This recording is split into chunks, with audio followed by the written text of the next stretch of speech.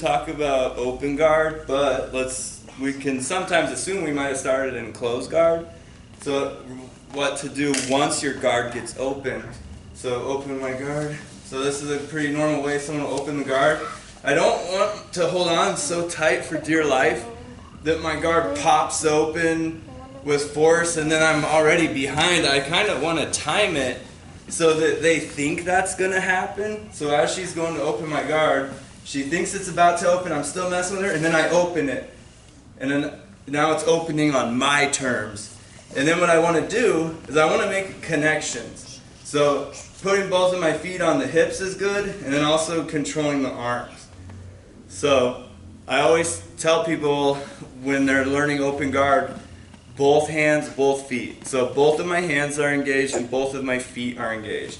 So feet are on the hips, hands are on the hands is fine. 2-on-1 is great. And then we open my guard, like stand up and open it, please. So she does a standing open. Not that one, that's the same thing. You grab my arm and stand up.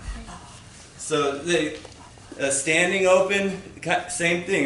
My guard's almost open, and then I open it, and I drop back and get my feet engaged and get my hands engaged. So I'm thinking ahead. My guard is about to be open. I'm gonna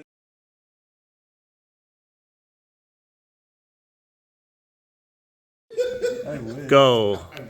Alright, so we're in the open guard against the standing opponent. So both feet, both hands. So a place for my foot is going to be anywhere from the hip to the knee. I can push. From the knee to the ankle is good to pull with a hook. And I mean, there's exceptions to the rules here. So foot on the hip, foot behind the knee, this is good. And then I can grab an ankle and a hand. So I can grab ankle, hand, elbow if they're coming forward is really good. And then when I'm in the open guard here, I don't ever want to not have a hand if my feet are out here, because then they can attack my legs pretty easily.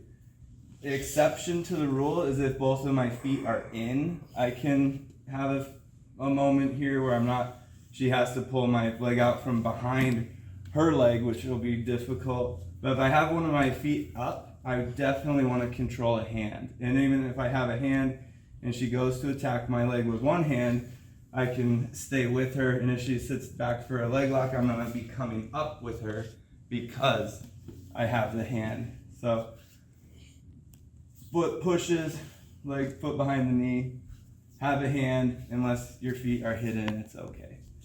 So then we're gonna move around here a little bit. So if she moves that way, that's good. My feet are just gonna fall off. So if I have the hook behind the knee and the foot on the hip and she moves to her right, it just falls off, right? But if I'm holding the leg and she moves that way, I can use this hand on her leg to push my head around.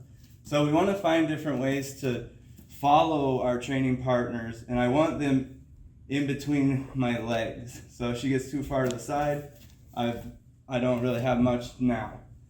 So just get comfortable moving around. Also, I could switch my feet, and if she keeps moving that way, now my foot is gonna move me with her. So I think of this as like tracking my training partner. So we can just move around with our training partner and find ways to track them and get comfortable switching our feet, grabbing hands, hooking, and just moving around and getting comfortable in the open guard. Awesome.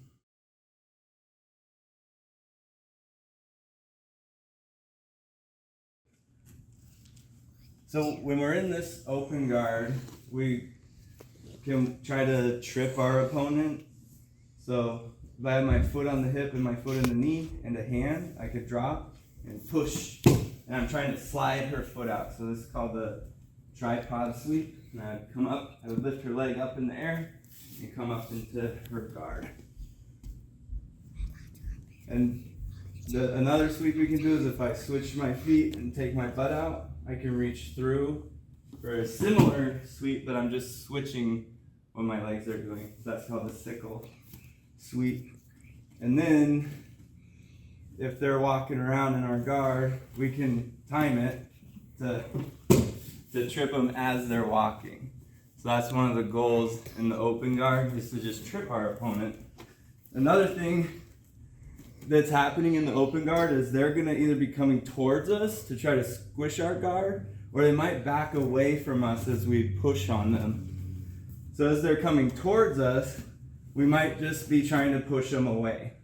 Okay, so they're engaging our guard to try to pass it, because their goal is to get their chest on our chest and get to cross sides. But sometimes when we push away, they're gonna back away, and we can just chase them and do what I call wrestling up. So you can do any wrestling move, single leg, double leg, whatever, and you punish them for not engaging your guard. So they want to be pressuring into your guard, and that will make it easier for you to stay connected and track them, but you need to try to keep their chest away from your chest until you are set up for your secret move.